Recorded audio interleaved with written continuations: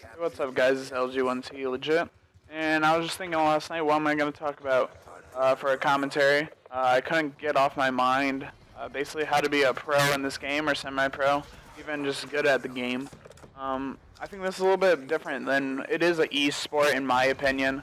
More of a hobby to me for the most part, but I do take it serious, so I'd say it's an e-sport, I guess.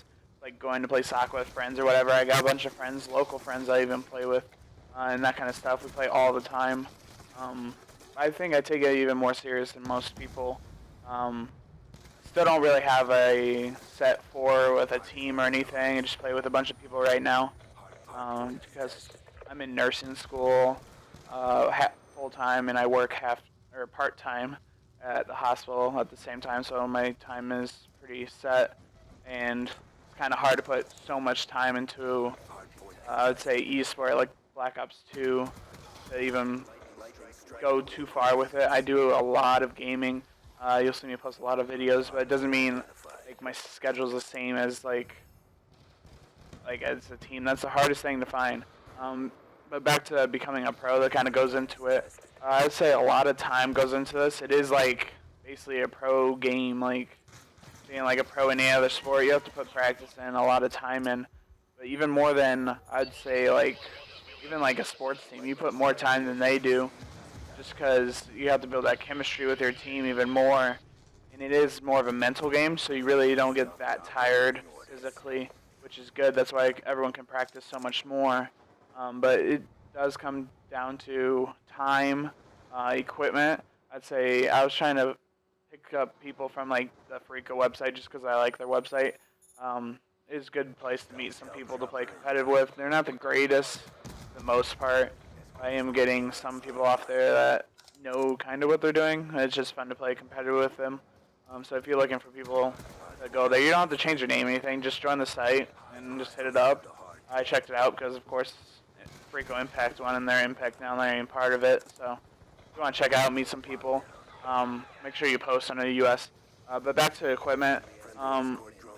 Even like golf and that, it comes down to what equipment you have.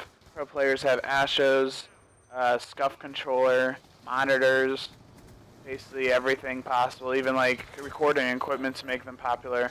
That's how they get popular instead of going on like ESPN, which I personally believe. I remember back in the day watching Halo 2 on esports, or in the morning, Saturday mornings, they had Halo 2 competitive MLG. Best like thing that ever happened. Pretty tight. You wake up in the morning or even DVR it and just watch it. Pretty tight. It was kind of like what they do now, but not as good on the stream. But I think if they did that on TV, it would be top notch. It'd be awesome. It would bring in a lot more people. I think having the COD champs really helps. But even like SCUF controllers, that will turn your game up some.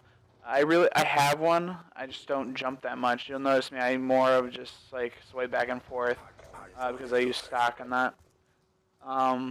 Astros. I still think they're the best headset. I haven't tried the one. I don't even know what it's called. The one headset a bunch of people have. Turtle Beach. I don't like it that much. Tritons really don't like either. I have a $300 headset that my wife uses now because Astros are $50 cheaper, and the sound quality is so much better. They're lighter and they're so comfortable on your head. It's kind of ridiculous. And right here, I'm kind of just kill whoring. And getting streaks, and I was like, never really gone for escort drones in league play, so we'll do that, and I got 2 of them. Couple more things. Back to the time thing. Finding a team or teammates with the same schedule as you, getting on at the same time, even for, we'll say, Optic right now. Nadeshot and Scumpy, or I think Nadeshot and Big Timer, I don't know, they're all on a lot, then they have like 1 or 2 people that don't get on that much. Same thing with Impact right now. I think Karma plays a lot of League of Legends, so he's not really getting on and practicing that much. That could cost them, we'll say, another $1 million tournament just because they're not getting on. They could get 2nd place, or even worse than that, just because one teammate's not dedicating enough time to it. So it all depends on that kind of stuff. I'd say finding teammates is the hardest thing. I'm a pretty good player, as you see, but it's just finding that team you we'll say you click with for the most part. I will go into league play games. Everyone's pretty good, but we just won't click that well. First off, you have to have that chemistry or personality like linked together to be like the best team out there, and I think Impact actually has that. As you see, like Fear, Patellar Park, and all that kind of stuff. If your personalities really don't click, I really don't think you should be teaming with them. For the most part, I think if you get along, you're going to do a lot better than a team that really hates each other, just can't stand each other's personalities. We'll go into, let's say guns. The mechanics of the game, or monitors. Monitors is the next thing. I'd say I play on a TV. I've never played on a monitor. I just bought one. It hasn't even shipped yet. It's called a BenQ monitor. It's for Council Gaming. It's one of the MLG sponsored ones. I just bought the Council one. It has 1 millisecond lag, input lag. So let's say like if you're pulling the trigger, it's basically the between your trigger and like push it into the TV. Right now I am playing on an 8.5 millisecond. That is absolutely horrible. So we'll see how I do. Hopefully even better when I get that monitor. Just simple things like that. Winning gunfights make you better. But it does come down to how smart you play, how well your team plays together, how you rotate, like hardpoint.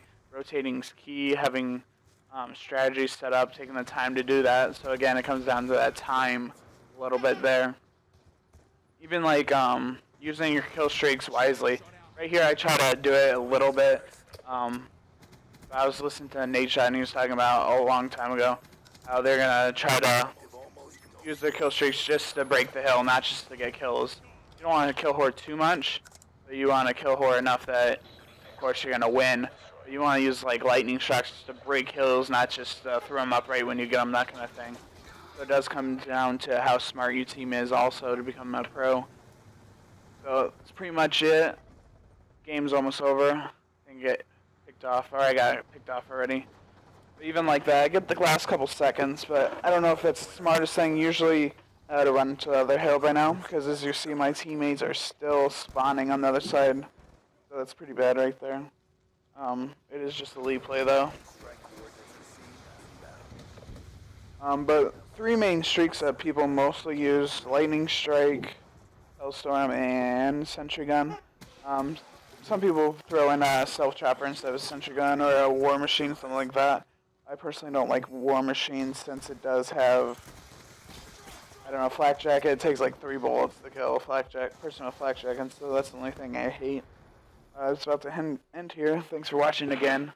Make sure you like, comment, and subscribe, of course. Peace out, guys.